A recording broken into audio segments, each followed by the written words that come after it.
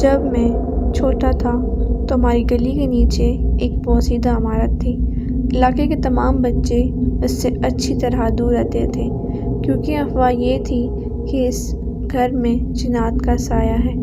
پرانی 2 منزلہ عمارت کے کنکریٹ کی دیواریں ٹوٹ پھوٹ کا شکار ہو چکی تھیں، کھڑکیاں ٹوٹی ہوئی تھیں اور اندر فرش پر شیشے کے ٹکڑے پڑے ہوئے تھے۔ ایک شام ہمت کے بعد میں نے اور میرے دوست نے عجیب پرانی جگہ کو تلاش کرنے کا فیصلہ کیا۔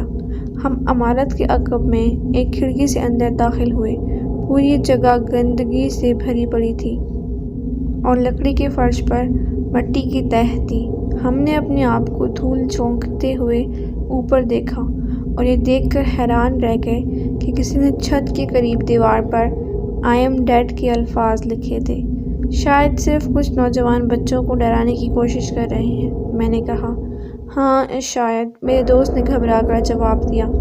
ہم نے گراؤنڈ فلور پر مزید کمروں کی تلاشی لی، ایک ایسے کمرے میں جو کسی زمانے میں باورچی خانہ ہوا کرتا تھا۔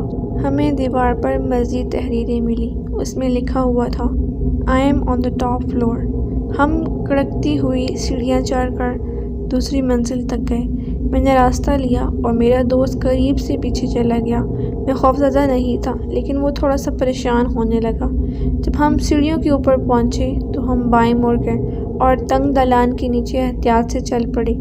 دالان کے آخر میں ایک بند دروازہ تھا جس پر کچھ اور بدصورت تحریر تھی: "تم مجھے اس کمرے میں پاؤ گے"۔ اب تک میرا دوست خوف سے کانپ رہا تھا۔ میں بھی کافی پریشان تھا لیکن میں اسے دکھانا نہیں چاہتا تھا۔ اس نے مجھے بتایا کہ وہ مزید نہیں جانا چاہتا لیکن میں نے اصرار کیا، اسے بتایا کہ ڈرنے کی کوئی بات نہیں ہے۔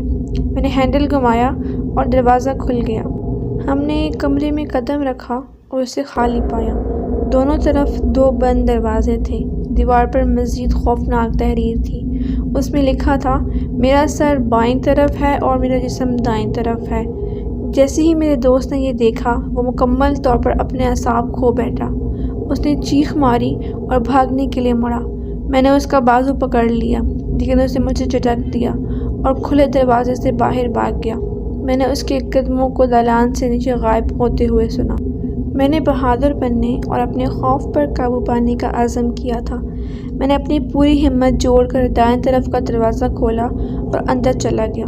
میں کمرے کی دوسری طرف چلا گیا اور دیوار پر چھوٹے چھوٹے حروف میں یہ الفاظ لکھے ہوئے تھے: "مائی باڈی از انڈرنیتھ"۔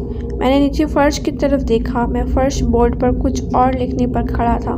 میں پیچھے ہٹ گیا اور یہ الفاظ دیکھے: "میرا سر آپ کے پیچھے والے کمرے سے آ رہا ہے، مڑ جاؤ"۔